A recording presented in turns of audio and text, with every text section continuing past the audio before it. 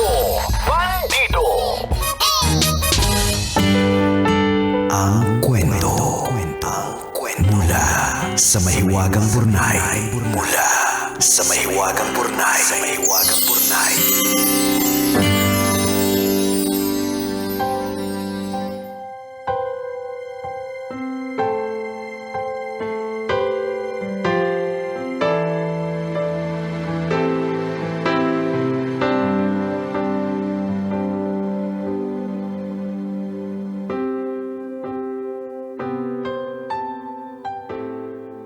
Dear kumikinang na tambalang Nicole Yala at Diego Bandido.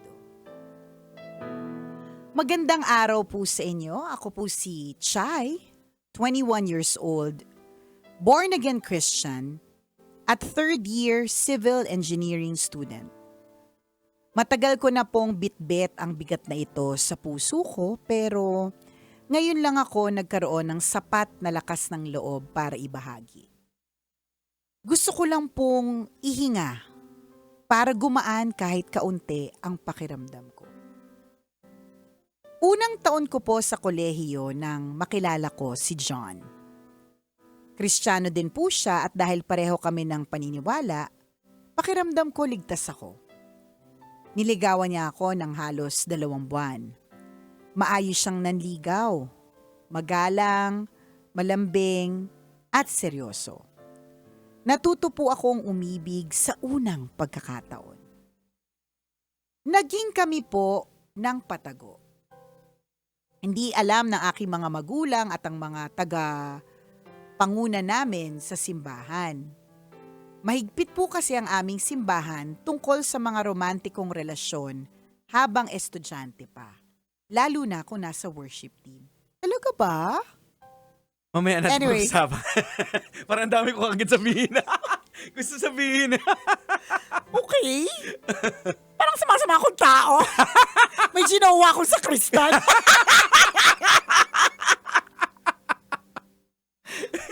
Okay. Dapat daw ingatan ng purity. Kailangang nakatuon ang puso sa Diyos at sa pag-aaral. Sa huli, pinili kong sundin ang tibok ng puso ko kaysa sa paalala ng pananampalataya ko. Sa una maayos naman, hawak kamay, mga yakap at simpleng lambingan lang. Pero hindi doon natigil. Dumating sa punto na hinayaan ko na siyang halikan ako, hawakan ang katawan ko at kung ano-ano pa.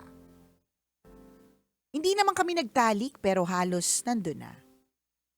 Hindi niya ako pinilit. Pumayag ako.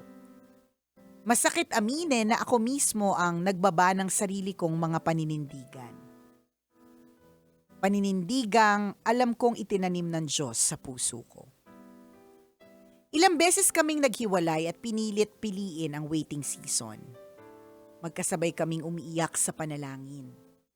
May mga pagkakataong bumabalik kami sa Diyos at sabay nagdedesisyong tapusin na kung anong meron kami.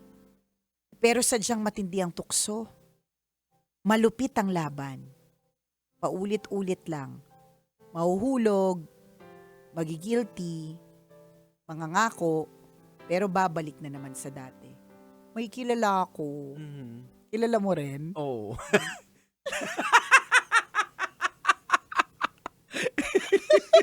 Di nyo kilala. Sa amin na lang ni Diego. Dami niyo share. Asa na tuloy. Hindi naging sapat na ang pagmamahal namin sa Diyos. Hindi naging sapat na ang pagmamahal namin sa Diyos. Nanaig ang emosyon namin sa halip na ang paninindigan. Ngayon basag ako. Walang direksyon, may guilt, may takot, at kasalukuyang may pregnancy scare. Wala mang nangyaring penetration. Hindi nawawala ang kaba at ang pag-aalala. Sa huli, ako ang naiwan. Ako ang takot at umiiyak habang siya tuloy ang buhay. Madalas tinatanong ko ang sarili ko kung naiba kaya ang kwento kung umayaw ako una pa lang o hindi ko tinago.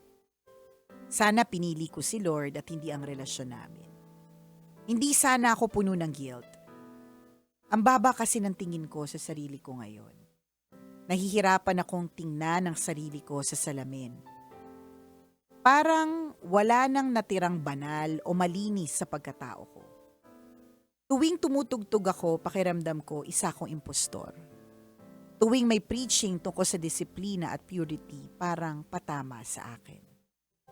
Hindi ko naman maibahagi sa pastor at spiritual leader ko dahil nauunahan ako ng takot at hiya. 2 weeks na po kaming hiwalay. Hindi dahil sa away, kundi dahil sa guilt. Sa sobrang bigat, hindi na namin kinaya. Sa hiwalayang ito, ako ang naiwang durog na durog. Hindi po ako humihingi ng awa kung hindi ng liwanag. Paano po ba ulit magtiwala sa sarili? Paano haharap sa mga taong hindi alam ang totoo? Paano po ba magsimulang muli kung pakiramdam ko wala na akong mukhang ihaharap sa Diyos? Hindi ko po ito sinulat para magpalusot. Alam kong mali ako. Pero gusto ko pong makalaya. Gusto kong maranasan ulit ang kapayapaan ng presensya ng Panginoon. Gusto ko siyang pakiramdam na alam kong pinatawad na niya ako. Natanggap pa din ako at mahal sa kabila ng kasalanan ko. Hindi ko po kasi alam kung paano pero sana may pag-asa pa para sa tulad kong makasalanan. Para sa katulad kong minsang nagmahal at nakalimot. Maraming salamat po sa pagbasa ng sulat ko at sana po kahit papaano maging boses ito para sa mga kabataang tulad ko na naligaw pero gustong bumalik. Sana po matulungan niyo akong maramdaman na hindi pa huli ang lahat. Lubos na nagpapakumbaba at umaasa. Shy. Chay. First of all, Chay, parang kung ganyan yung nararamdaman mo, paano na lang kami ni Checo? Chay. Okay, You know the drill. Bilang born again Christian. Ano ba? Ano bang drill? Well, you know the drill. Kung you are with the Lord as a born again Christian, Correct. dapat transparent, walang itinatago. Ganun lang 'yun. And alam mo 'yun na ang kasalanan ay may consequence. So you know the drill. Sinasabi nga 'di ba, bago mo tanggapin si Lord, bago ka mabaptize, 'di ba? Sinasabi yan sa Bible na you have to confess with your mouth na yung kasalanan mo, ilapit mo kay Lord. Sa madaling salita, yung Diyos na kinatatakutan mo kasi parang feeling mo hindi ka pinapatawad, ay pinatawad po yung mas makasalanan sa'yo. Kami yun. Kami, diba? So kung kasalanan rin lang. Diyos ko po. Si Lord mismo ang magsasabing, Diyos ko, Lord. Kung kasalanan rin lang. And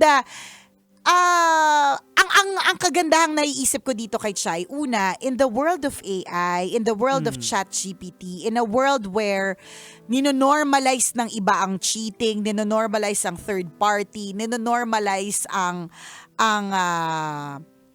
relasyon na mga hindi tama. Madami nagdo-normalize niyan eh. Okay lang, basta mahal ko. Okay lang kasi, di ba, nawala ng pakialam. In this kind of world that we have, may ganyang klaseng mundo na meron tayo ngayon eh.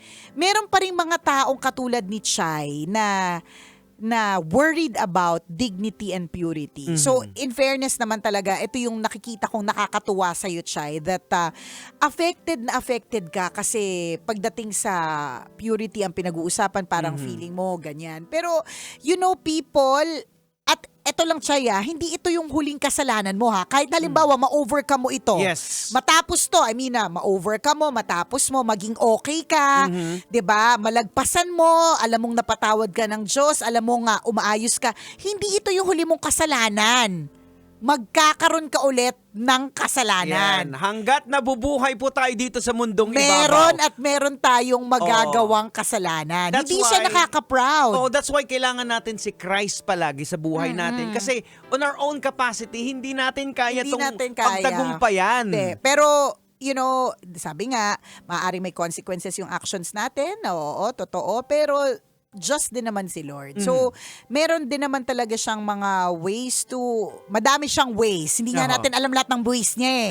Kasi tayo nga mismo makasalanan. So, para sa akin, mapapatawad ka ni Lord about it. If it will help na meron ka talaga makausap, alam mo, para sa akin, hindi ako perfect talaga pagdating sa religion and all and everything. Pero ang take ko lang dito, kung nasa isang organisasyon ka na hindi mo sila masabihan tungkol sa nararamdaman mo, may problema tayo doon. Feeling ko lang, parang kung hindi mo masabi yung pinagdadaanan mo, pero ito yung grupo na nagsasabing, alam mo yon, Jesus is alive forevermore or something, 'di ba? Parang may konting doon, may konting pagkukulang o konting mali. Alam mo yung mali kung bakit hindi magawa-gawa mo, Chay? It's because of that pride. Yun minsan ang naghihinder sa atin eh. 'Di ba? Maaring You don't want to look bad sa ibang tao. sa ibang tao. As a people pleaser, 'di Yan, ba? oo. Yung pride talaga natin, yan yung ego natin, yun kung minsan talaga yung naghihinder kung bakit hindi tayo maging transparent, 'di ba? So ibig sabihin, maaaring walang problema yung organisasyon. Yeah. Ang problema ay ikaw na ayaw mong isipin nila na ito yung ginawa mo. Oo. Pero dapat hindi eh. You Dapat, have to own it eh, yung mali natin. at saka ginawa naman din. Oo. Ginawa naman din. Sabi mo nga, hindi ka pinilit. Mhm. Pumayag ka. Oo. Mutual decision ninyong dalawa. 'Di ba? So, ginawa talaga natin ito eh. Meron tayong ambag tungkol dito. And when you tell people around you, then you just choose yung people na alam mong hindi ka i-judge, bibigyan ka ng tamang direksyon. Yung spiritual mga advisor, dapat ganun siya sa'yo. Yung taong lalapitan mo, tingnan mo muna yung buhay niya. Kasi Yan merong din. mga tao din, ano mga denomination man yan, ano man ng doktrina ng church niyo, tingnan mo yung buhay niya. Kasi may mga taong magaling magsalita.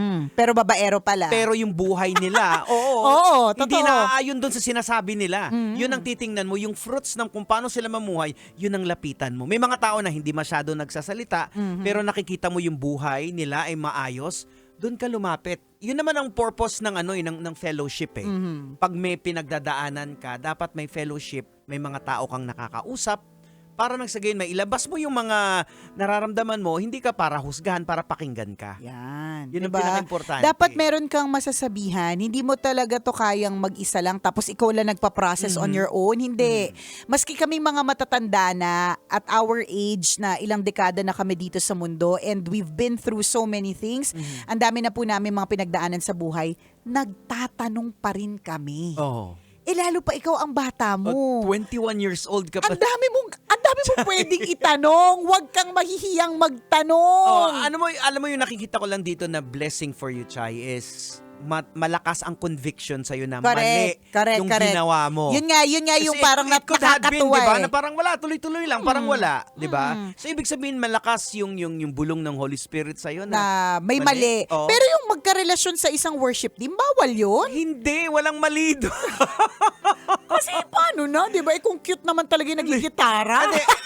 Pag sa amin kasi, 'di ba, mga born again is ang tawag diyan is sola scriptura, parang the Bible alone. Hindi naman sinasabi sa Bible na bawal makipagrelasyon sa mga worship Wala eh. Ang pinagbabawal, ang malinaw na pinagbabawal, yung ginagawa ng Yung mga act na mag-asawa. mag-asawa na ginawa nyo na hindi kayo mag-asawa, yun ang kasalanan. Oo, yun yung Pero mga sinasabi nila. Makipagrelasyon ka, tingin ko walang problema dun eh.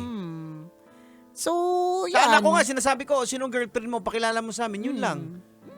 Diba? Ganun kasi po. Wala namang masama makipagrelasyon eh. Oo, kasi doon pa lang, umpisa pa lang eh. Ang kwento niya is patago eh. Oo. Diba? Yan, yun tayo Pag-usapan eh. pa natin to. Pag-usapan natin 1:39 na! Ako pong kumikinang na ulo, Diego Bandido. At kumikinang ina mo, Nicole Yala. Kailangan pa bang i-memorize yan? Basic!